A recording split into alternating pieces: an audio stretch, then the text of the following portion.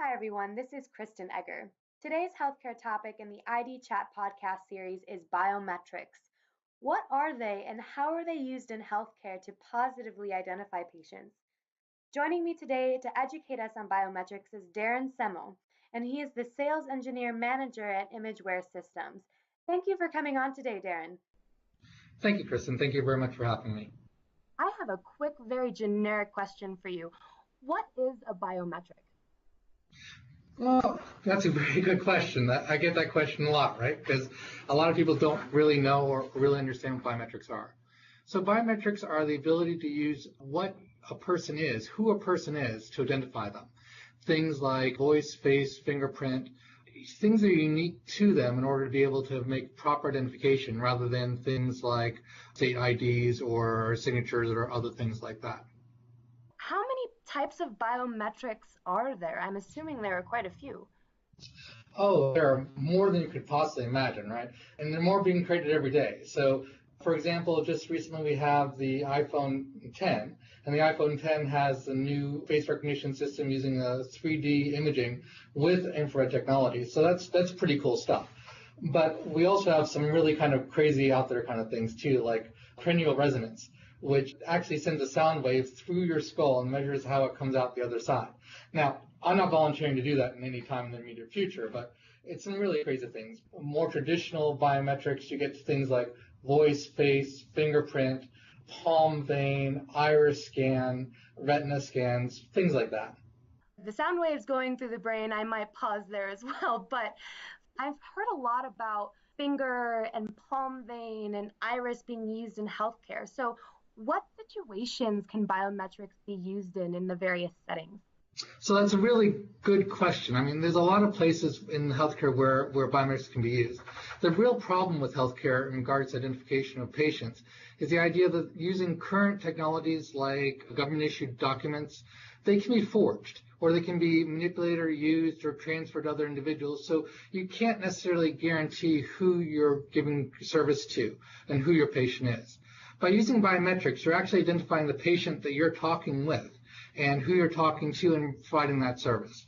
So an example would be maybe I have healthcare through my company, but my brother's not doing so well. And he is sick and he doesn't have healthcare.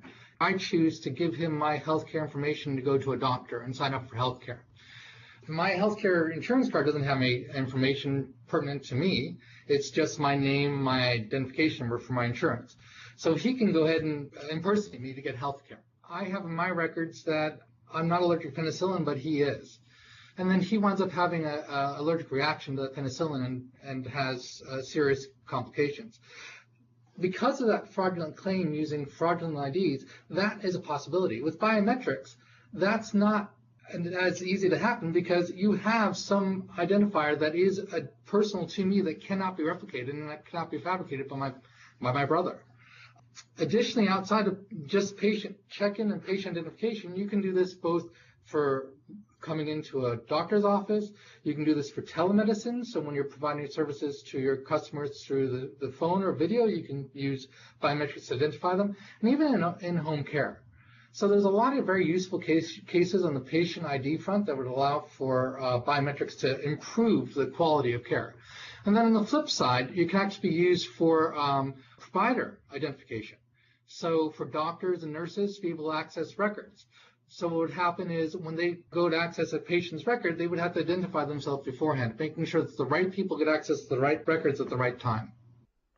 What's the cool factor of biometrics? Why would a provider choose a biometric modality over another modality like a card or a government ID like you had mentioned prior? What's really cool about biometrics is the idea that you can really identify that individual in front of you. You know who that person is. There's no doubt. So you don't have to worry about bad treatments or incorrect treatments. I'll give you another story that actually is a real live use case. They have medical robots for distribution of drugs, medications within the hospitals. And they literally go from room to room to room, and they're already designed and built with the drug dispensing units in them.